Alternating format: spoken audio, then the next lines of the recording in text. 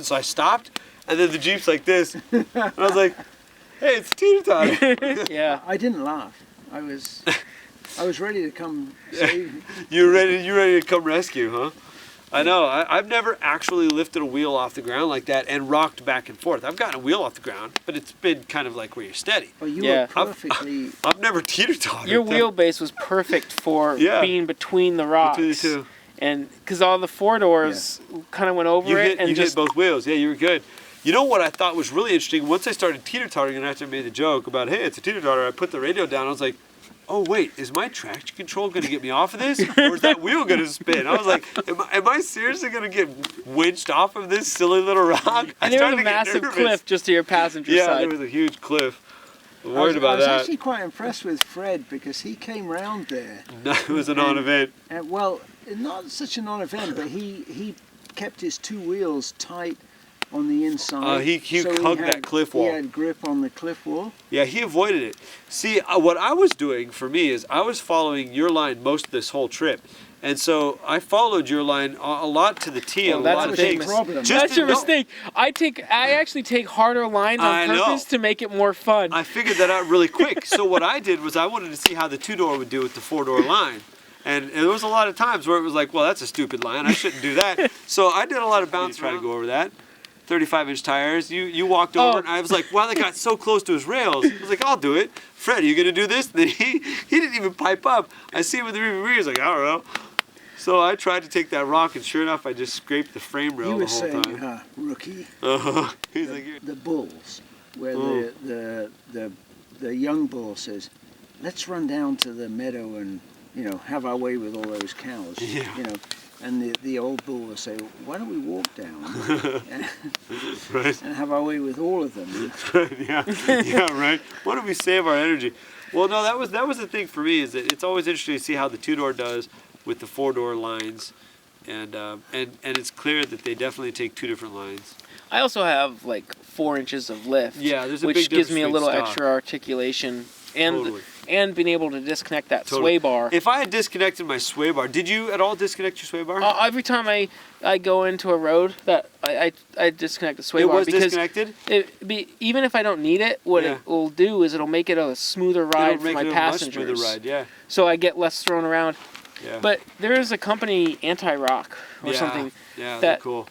people that don't have Rubicons swear by it because it basically gives you the disconnected sway bar without ever having to disconnect it. Right.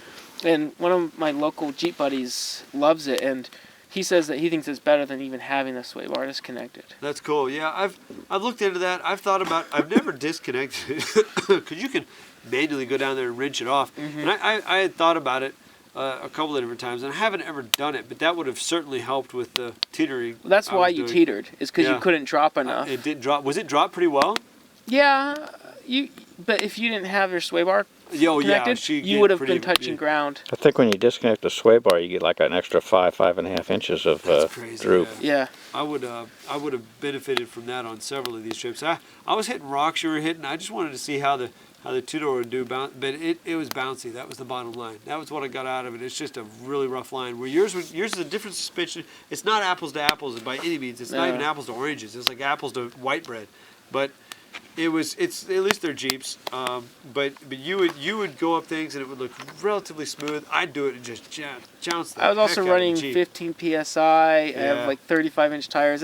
It's a big difference. It's harder to do in your setup than you had. Gorge was was really Painted pretty. Gorge was crazy. And then getting up top there and just like Which was Painted miles. Gorge. That was that pull out. the you know when it was all bright colors on the mountain, Oh, yeah. and it Beautiful was like we're in the Yeah. cliffs, and we Yeah. stopped and ate lunch on the way Oh, down. the shot Mark took of the four of us actually on the trail Yeah. is us backgrounded by the Painted Gorge. One And of my then favorite shots when ever. we stopped and aired up and ate lunch, that was in Yeah. Painted Gorge. Very cool.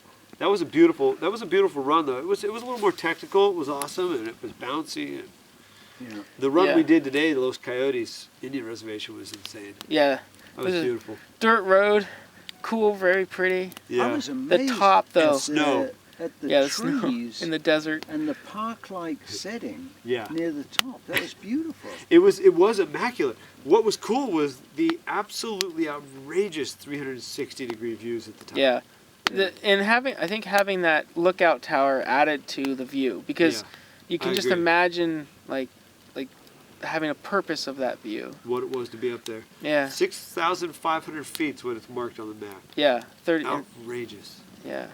Outrageous. But it's That's way funny. up there. We found a scarf. The best map we found in the visitor center was a scarf With a bandana. with a bandana, Yeah. and it actually had Hot Springs Peak on it, and it said 6633 Yeah, yeah. as the elevation for the peak. Yeah. My map had the peak marked on it, but I don't remember what it said.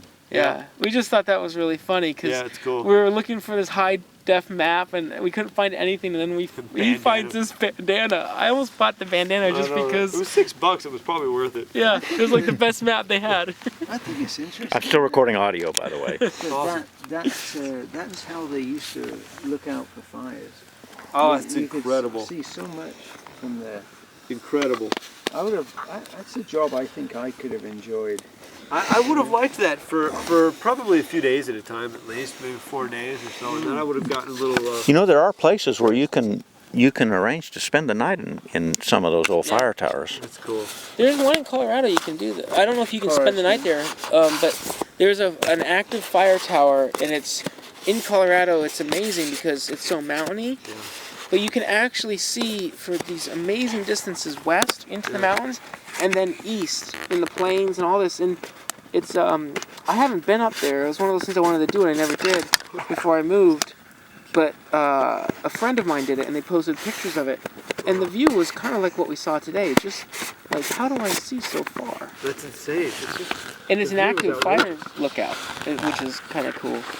you guys ever heard of Cerro Gordo? Cerro Gordo? No. It's I some haven't. area, and I I've didn't. been out with a. I know, right? Sorry, carry on. I've never. I haven't looked it up, but the crew that I run with a lot score. I'm pretty sure Mark didn't get any of them on film. I Coyote. didn't even, I got to see a bird this afternoon Oh. over at the visitor center. So Matthew and I saw the biggest coyote we've ever seen. Yeah, it was as large as my golden retriever. Which Yeah, it is was like a big. German I had the shepherd. GoPro Yeah, it running was a then, big so dog. if it was, I may have it on the GoPro. Sweet. Nick and I saw a rust, like a brick red colored bobcat. It wasn't a fox, I right? think it was shadowed. No, it just had a little stubby tail. It was definitely a bobcat. It Yeah. ran like a cat, but it had a stubby tail and it was fuzzy. And then what? Oh, and we saw a bighorn sheep, Bighorn sheep was walking cool. up our Yeah. Jeep That road, was cool. That and then was it cool. disappeared. Yep. Yeah, I He missed was that gone. too. Yep. There's a problem with being last in line so I can get the photographs. I don't get the photographs of the animals because Right, you guys scare them exactly. away by the time I get there. No, Exactly. that bighorn sheep didn't know we were there. It just No, I don't think it did. picked its He own didn't path. care. He was just If he slowly did. walking up. He never. It's funny, we make a fuss about a bighorn sheep. They graze by the edge of I-70 going up in Colorado in the mountains. I've seen that. Yeah. They only have 900 in the park. It said at the museum. There are Cool. 900 in the park, huh? Yeah, but which is low, really low apparently. Yeah. So what do you guys think of the film? I loved it. Loved it. Oh, the 15. Yeah, the Ghost Mountain family. Yeah, the, it was very interesting. Yeah. Very crazy. I think it's crazy that they I'd were like to allowed to have just seen- go plant a house out there. And Yeah, I'm a little Nobody interested disturbed in them. that, I'd like like to how have seen the how other that one, was. A Year in the Valley, but You're going to have to come back. yeah. Sorry. because I think it would be fascinating to be here when the wildflowers are in bloom Mm-hmm. after rain. Yeah. I have I mean- pilot friends that always want to fly over and see them. I got to think that's amazing. I'm worried about their water supply, though. I just a little bit worried about the stars. valley. If they don't do something about it, this town will disappear. I mean, It just it'll seems turn like into just a it park. it seems like there's a lot of water used for those oranges, but then you'd say, well, what's more important, the produce or how giving people water for their houses. You know? Yeah, but the produce, I think the produce alone probably uses more water than is replenished. Yeah. Yeah, Not Seriously. just the people. Yeah. yeah. And I mean that benefits how many people versus how many people in the town. Yeah, and the thing is, you can't just move that farm. That's the sad thing is, it's not like a animal farm like rancher Right. where you could take his cattle and move him to a better place. Yeah. Those plants take a long time to grow, and you can't just uproot them and move that Yeah. farmer to a more sustainable area. Yeah. But I You know. wouldn't want to buy property in this area. Uh-uh. No. Because I could see your water rights could run out potentially in If you 10 bought years. property in this area, you would have to assume you're not going to have water. Yeah, absolutely. And so how are you going to live out here off the grid, literally off the grid, and without being able to pull water from the aquifer? Yep. Yeah. I'm gonna live up Coyote Canyon and steal it before it gets to the aquifer. Right. Secretly. Just go plant a house up there.